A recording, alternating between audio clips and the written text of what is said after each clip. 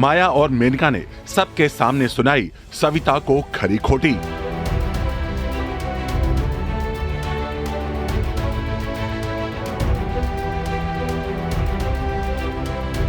मायरा से गले मिलने पर मायरा हुई नाराज, सविता को दिया धक्का।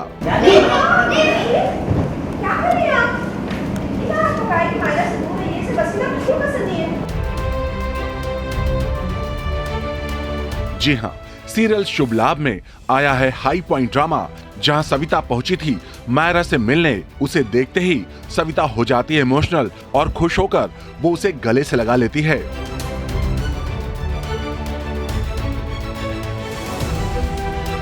लेकिन ये बात मायरा को पसंद नहीं आता और वो उसे देती है धक्का, ये कहते हुए कि तुम्हारे शरीर से बदबू आ रही है।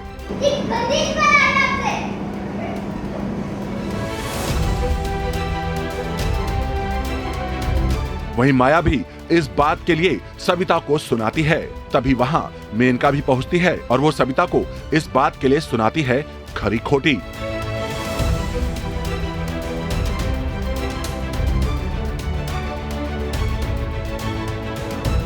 वहीं सब बात खत्म हो जाने के बाद माया सविता को चाय बनाने के लिए कहती है, जिसके बाद झाड़ू भी लगाने के लिए कहती है।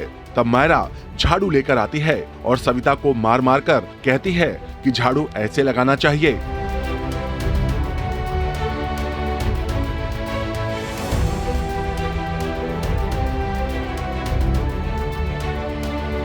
वहीं ये सब ध्रुव देख रहा होता है और वो भी दौड़कर आता है और मायरा के हाथ से झाड़ू छीनकर मेनका के पास जाता है और उसे मारते हुए कहता है कि मैं बताता हूँ कि झाड़ू कैसे लगाना चाहिए।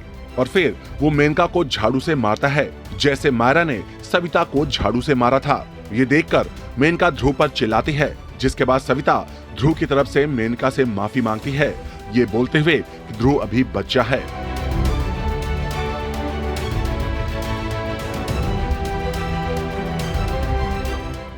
लीक के बाद सीरियल की कहानी में आगे आएगा कौन सा नया मोड़, ये देखना दिलचस्प होगा। मुझे एक ही आशा है अपने जीवन में कि मेरी श्री और श्रेया कभी ना कभी घर वापस लौटेंगे। और जिस दिन वो गुम हो गए थे उस दिन हर साल मैं इस उम्मीद में कि वो आएंगे पूरा घर सजाती हूँ, एक पूजा रखती हूँ, तो वो दिन आज भी है। तो बस उनके स्वागत की तैयारी करते हुए मैंने दिए जलाए हैं, रंगोली बनाऊंगी और फूलों से घर सजा रही हूँ। तो बस माया की बच्ची है और जैसे आप संस्कार देंगे, जैसे आप अपने बच्चे को मोल्ड करेंगे, वो वैसा ही उसका नेचर हो जाता है। तो हम बस वही दिखाने की कोशिश कर रहे हैं कि जिस ढांचे में आप बच्चे को ढालेंगे वो उसका शेप लेगा।